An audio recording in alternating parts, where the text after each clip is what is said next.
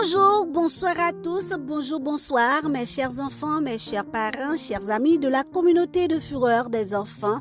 C'est toujours un plaisir de vous retrouver chaque lundi pour le mot de la semaine. Merci de toujours rester fidèle à Fureur des enfants et à ce podcast. Le mot de cette semaine, mes chers enfants, c'est la discipline. La discipline, d'après le dictionnaire en ligne L'Internaute, c'est l'ensemble des règles de conduite qui nous dictent ce qui est bien, ce qui est mal, en vue de se comporter correctement afin de bien évoluer, de bien fonctionner dans une société. Pourquoi avoir de la discipline, mes chers enfants? La discipline nous aide à apprendre à établir des limites, c'est-à-dire à savoir différencier les comportements adéquats et inadéquats, de distinguer le bien du mal. La discipline permet à l'enfant, à l'adolescent, de se développer sainement, de tisser des liens et d'être en harmonie avec les autres et aussi de réussir dans ses entreprises. La discipline permet à l'enfant de développer son estime de soi. Elle aide les enfants et les adolescents à devenir des jeunes, des adultes mûrs, matures sur le plan émotionnel et social.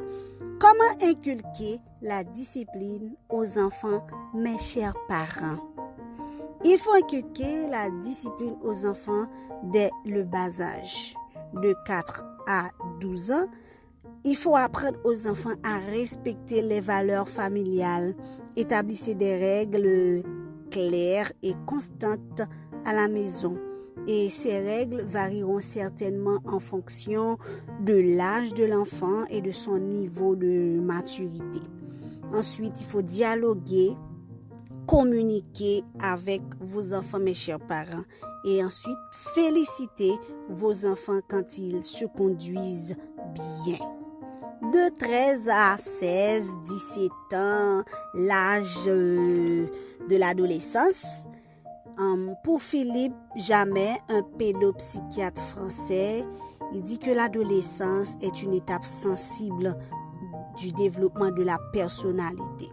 C'est une étape sensible pour les enfants et cette étape est marquée par une vulnérabilité liée aux effets psychiques et physiques comme l'anxiété, la dépression, le besoin pour l'adolescent de renforcer ses défenses.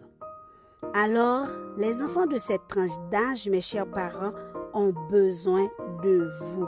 Le soutien familial est extrêmement important. Donc, il faut communiquer avec vos enfants. Soyez des parents amis, non pas seulement des parents critiqueurs, mais aussi des parents amis. Soyez disponibles pour vos enfants. Et ensuite, il faut établir des liens justes et constants. Je répète, des règles justes et constantes. Il faut établir des règles justes et constantes à la maison. Si les règles ne sont pas justes, mes chers parents, vous risquez de former des ados révoltés, trop autoritaires et même incrédules. Aussi, il faut être ferme et constant dans vos décisions. Soyez ferme et constant dans vos décisions. Quand vous interdisez une chose, tenez parole. Ou encore, quand vous dites non à une demande ou à une proposition, faites-le avec respect. Soyez compréhensif, soyez patient et même empathique avec vos ados.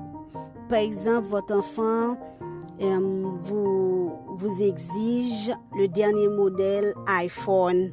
Ou encore, il vous demande d'aller faire la fête avec des amis et que vous n'êtes pas d'accord, vous devez refuser la demande avec respect. Ok?